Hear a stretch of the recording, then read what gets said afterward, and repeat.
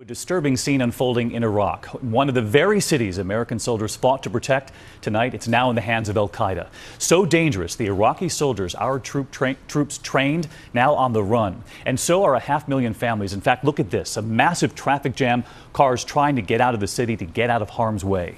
ABC's chief global affairs correspondent Martha Raddatz, who has traveled to Iraq more than 20 times with the desperate race to get out tonight. The sounds of all-out war, explosions, gunfire, al-Qaeda flags flying, militants linked to the terror group today moving freely throughout the city.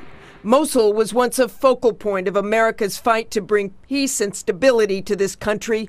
More than 200 U.S. troops in all, giving their lives to secure the city. It was where a confident General David Petraeus told me hundreds of thousands of Iraqi forces being trained would not be intimidated. You can't have that situation, and I don't think you'll see it here. But today, those same Iraqi forces fled under attack in U.S.-supplied armored vehicles, eventually abandoning them, their weapons, and even their uniforms. And this is just the latest city to spiral out of control.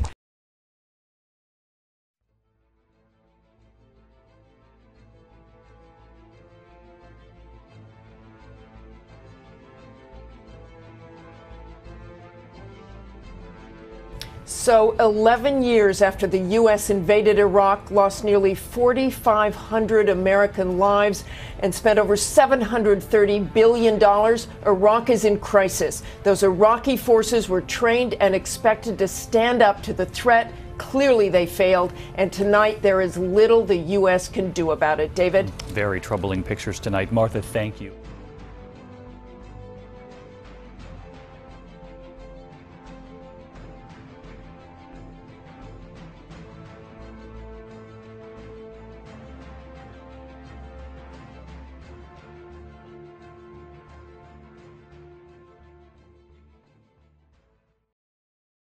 Friday morning, the chaotic situation in Iraq shows no signs of letting up as militants claim even more territory. And now President Obama is weighing his options as the insurgents creep closer to Baghdad. So will U.S. strikes be next? ABC's Kristen Fisher live in Washington with reaction from the White House. Good morning, Kristen. Good morning. Well, President Obama says the U.S. military is going to do something. But after nearly 9 years of war and sacrifice in Iraq, one option that's not on the table is putting more U.S. troops back on the ground. This cell phone video shot just yesterday appears to show Islamic extremists parading through the northern Iraqi city of Mosul in vehicles seized from Iraqi soldiers. Those soldiers have been trying to stop the militants as they storm through city after city towards Baghdad. But as this YouTube video posted by the militant shows, the Iraqi troops are losing. Thousands of Iraqi soldiers are seen here surrendering to the militants with links to al-Qaeda. Iraq's government is now begging the U.S. to step in. Yesterday, a cautious President Obama said help is on the way. My team is working around the clock to identify how we can provide the most effective assistance to them. The White House is now weighing a range of short-term military options, including airstrikes.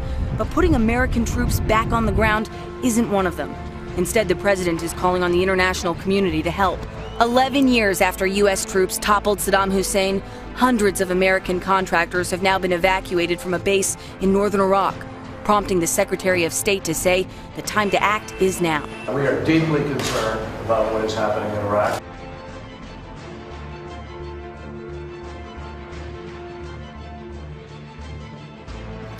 Another country not waiting, Iran, Iraq's historical arch nemesis. Tehran has already dispatched more than 100 elite fighters to help the Iraqi government.